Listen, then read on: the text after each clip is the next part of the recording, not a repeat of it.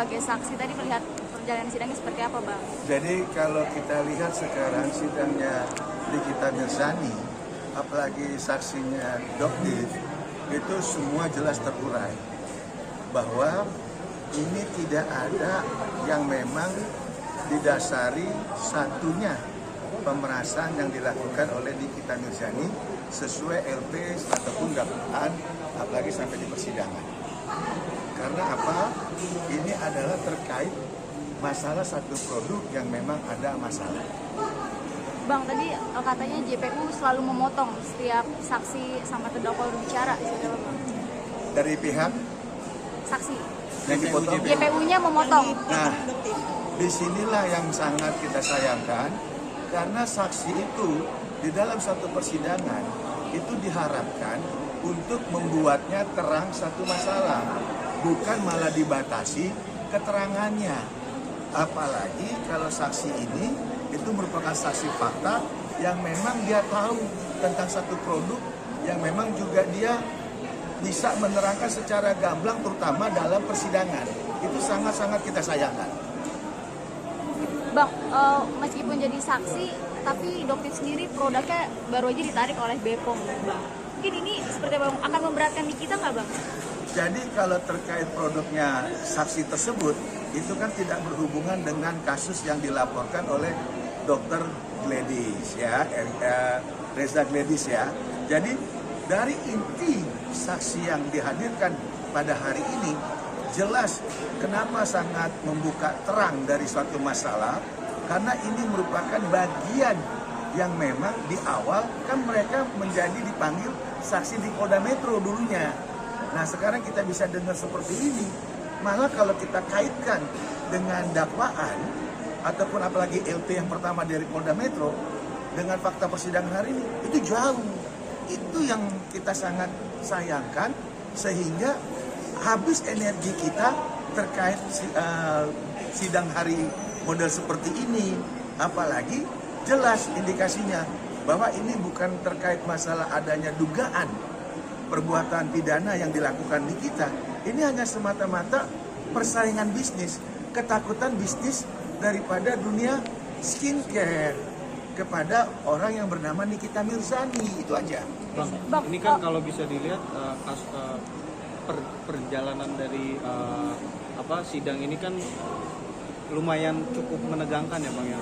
Melihat juga dari kemarin Nikita mengamuk gitu. Mungkin ini nggak sih, Bang, kalau Abang sebagai praktisi hukum itu bisa memberatkan nggak sih? Memberatkan siapa? Nikita. Apanya? Dalam dakwaan gitu, atau mungkin dalam... Kalau dakwaan kan sudah jelas. Ini dakwaan yang dipakai jaksa itu adalah dakwaan yang memang dikeluarkan dari pihak kepolisian. Kan kepanjangan tuh, dari pihak polisi kepada pihak jaksa. Jaksa sekarang mendakwa daripada Nikita sebagai terdakwa.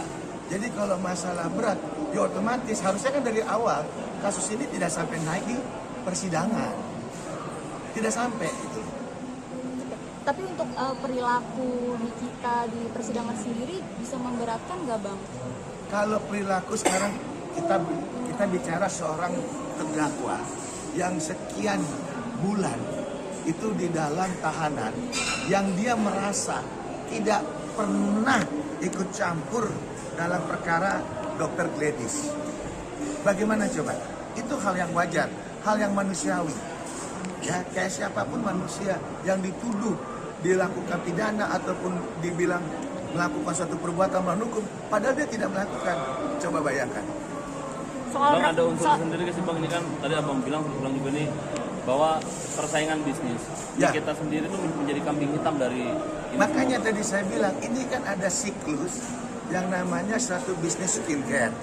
Nah, dengan adanya review-review yang dikeluarkan oleh Nikita Mirzani, ini kan jelas membuat tidak nyaman dunia skincare yang sedang digeluti sama orang-orang yang memang tidak suka reviewnya Nikita Mirzani. Bang, soal rekaman suara yang dimiliki Nikita Mirzani seperti apa menurut Abang? Nah, rekaman itu sendiri harusnya patut didengarkan. Ya, patut didengarkan. Nah, mungkin nanti pada saat sidang pembuktian, ya, itu mudah-mudahan hakim juga harus menyerahkan, harus mengizinkan kalau memang agendanya terkait pembuktian ataupun saksi ada charge ataupun saksi yang meringankan dari pihak terdakwa. Nggak boleh dibatasi. Ini kita bicara hukum acara. Hukum acara itu harus lengkap. Berarti kalau dari pandangan abang sebagai praktisi hukum, ini kasusnya Nikita itu sebenarnya memang tidak perlu disidangkan gitu ya bang ya? Sebetulnya tidak sampai ke persidangan karena apa? Dari awal pun sudah cacat. LP 368 detik-detik mau masuk ke dakwaan, mau dibikin P21 dirubah jadi 369. 369 kita lihat sekarang dakwaannya itu tidak ada namanya pemerasan. Yang ada adalah pencemaran. Yang ada adalah baper. Kan kita sudah dengar saksinya kemarin, saksi korban siapa? Reza. Kan dia udah cerita bahwa dia tidak personal apple to apple kepada Nikita Mirzani. Yang ada adalah dia dengan Oki, dengan siapa lagi? Mail baru ke Nikita. Ini bagai apa istilahnya? Bagaikan langit dan bumi, jauh banget sebenarnya.